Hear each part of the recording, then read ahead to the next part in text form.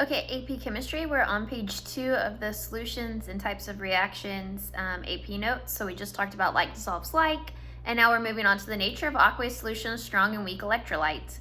And so whenever we are talking about this, there's a couple of things that you need to know, and the notes remind you of it. It says, remember, a solution is homogeneous mixture where a solute is dissolved in a solvent.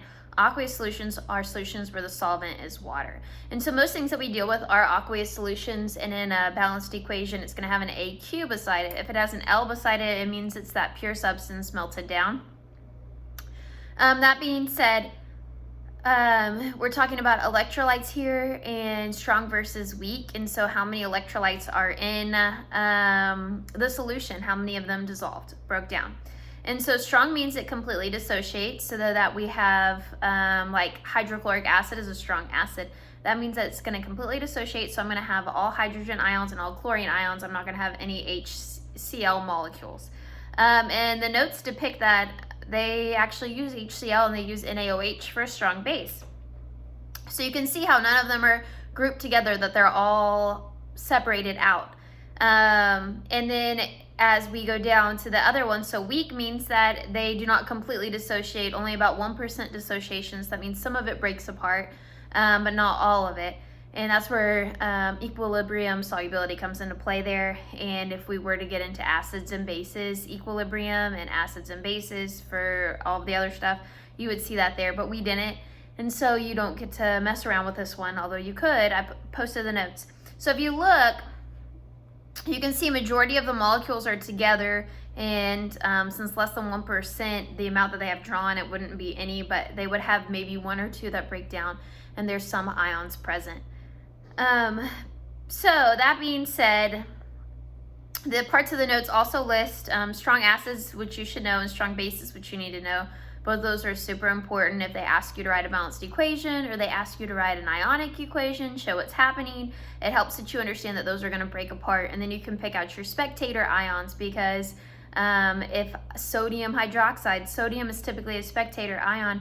So if I have sodium hydroxide, I know it's going to be in ions, and if it forms sodium chloride, I know that that's soluble, so sodium's still going to be an ion, so it's going to be a spectator. Essentially, it's just going to stay as an ion in solution. So that's important to understand. I want to make sure I didn't miss anything over here. I am drinking coffee, so I'm tired, so I could be missing things, but I want to make sure.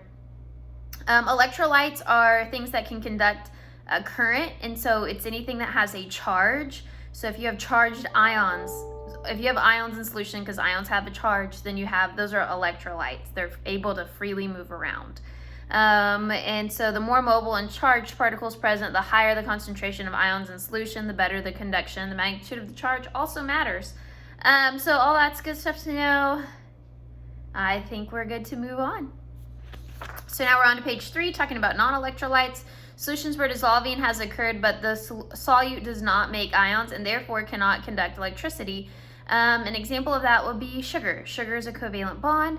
Whenever sugar dissolves into water, it does not form ions. It's a covalent bond, and so therefore it's not going to conduct electricity.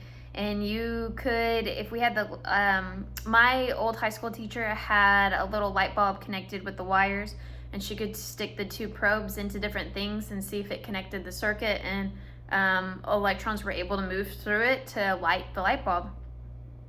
And when she did it with sugar water, it doesn't work because it doesn't have electrolytes.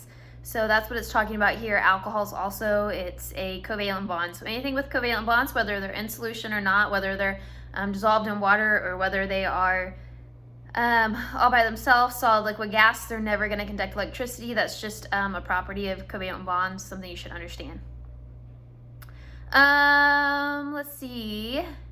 Was the first person to identify the conductive properties of solutions in the late 1890s. He correctly postulated that the extent to which a solution can conduct an electric current depends directly on the number of ions present. So we know that to be true now, so hopefully that makes sense. The more ions, the better it can conduct electricity, because the more things that can carry a current. And I'm close to 5 minutes, and we are at the composition of solutions. So we're going to jump back in with that for the next video, talk about molarity and how to calculate it, break it down for anybody who's forgotten or never learned. and talk about preparing solutions and kind of go from there. There's some exercise problems. I probably might work one with you, but probably not. So this is ending this session.